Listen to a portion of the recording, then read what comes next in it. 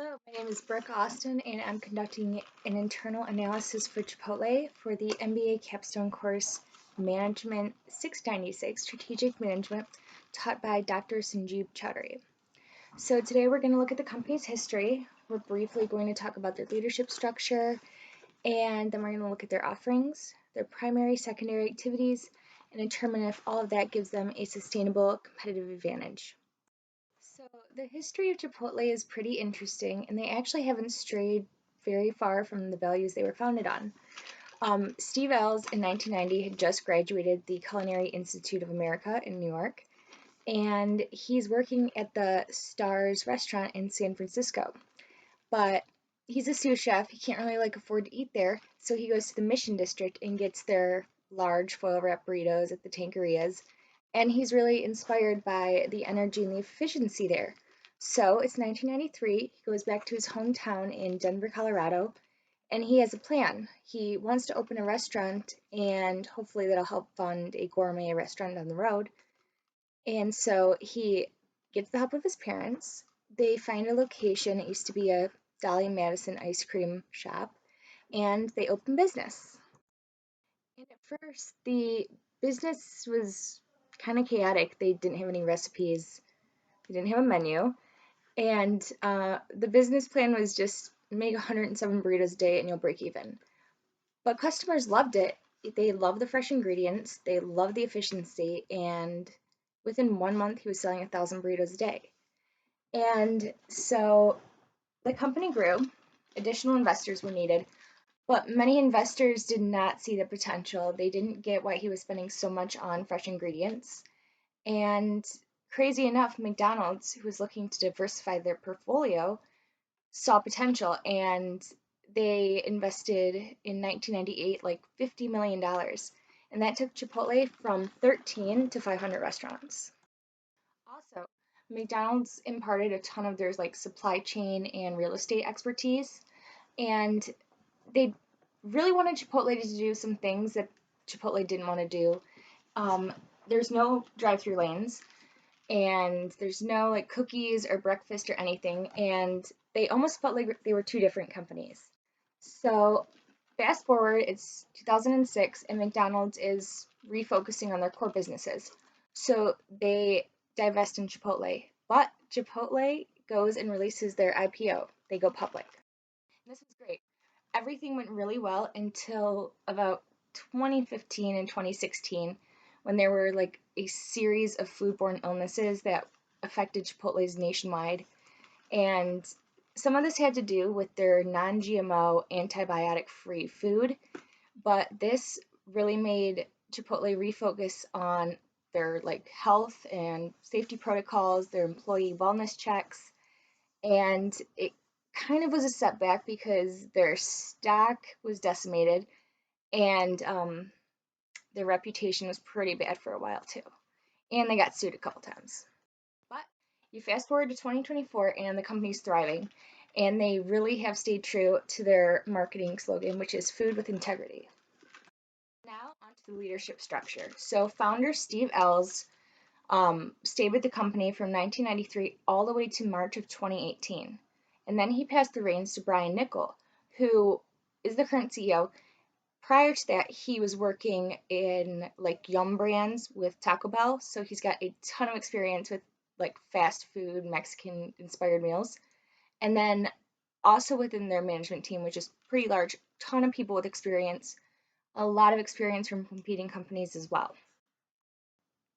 Chipotle only uses 53 ingredients, and they're all antibiotic-free, sustainably sourced, non-GMO. So it may sound simple in a world where there's just these huge bloated menus, but customers can come in and create hundreds, endless amounts of different variations.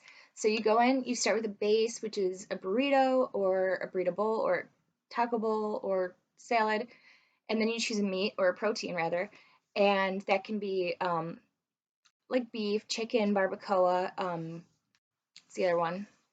Carnitas or sofritas, which is the vegetarian vegan option. And then you choose between rice, beans, all these other toppings.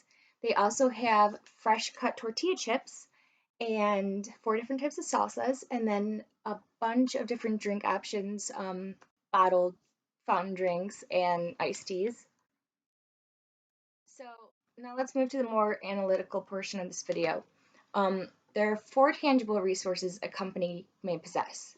These are physical resources, human resources, organizational, and financial resources.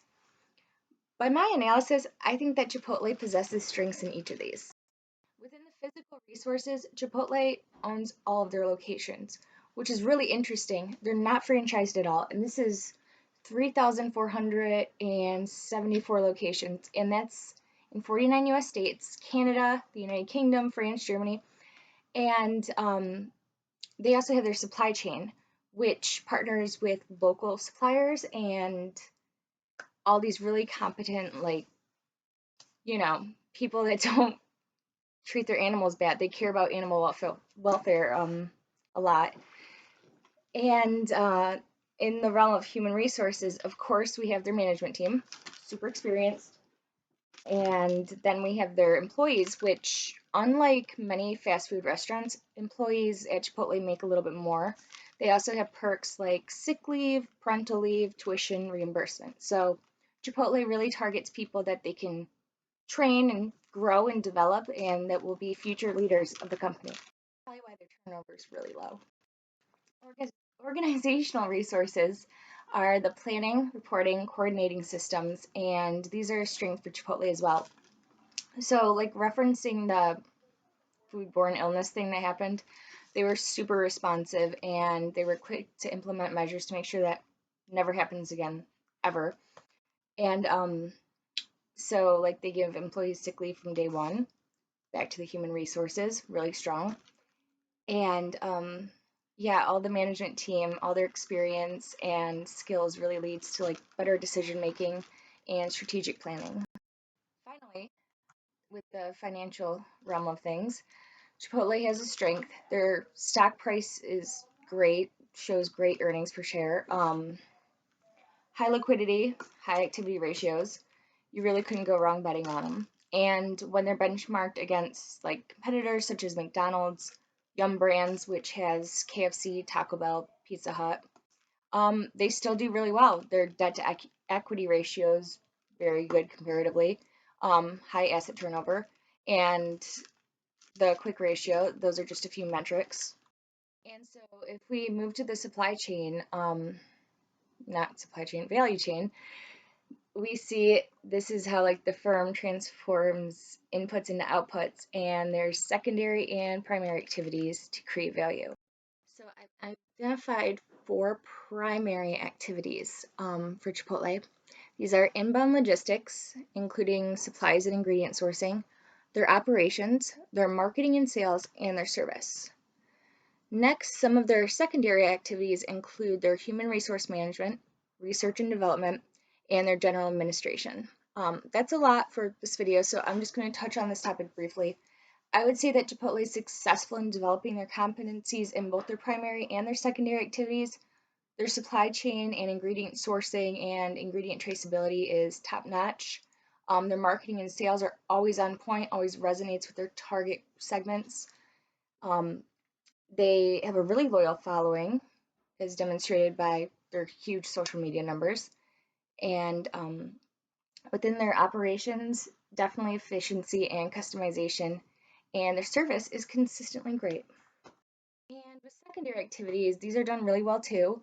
The human resource management has figured out the formula for retaining and training talent, which was especially important during the 2020 COVID when everybody was leaving their jobs. Chipotle actually had pretty low turnover during that time. The research and development, they watch out for cutting edge technologies that are hitting the industry. So they're experimenting with robots right now. Chippy, who can do the chips, fry them up, cut them, make them great. And then the general administration, they're really competent, experience in sales, experience in the restaurant industry, and that helps with their decision making and long term planning. Next, unsurprisingly, I would argue that Chipotle has what it takes for a sustainable competitive advantage. And the Prerequisites for this are that you have to have 4 particular company characteristics. These are: you have to be valuable, which means that your strategies are cultivated to exploit resources or neutralize threats in your external environment. Also, they have to be rare, which means they're not common in the industry and few, if any, possess them at all.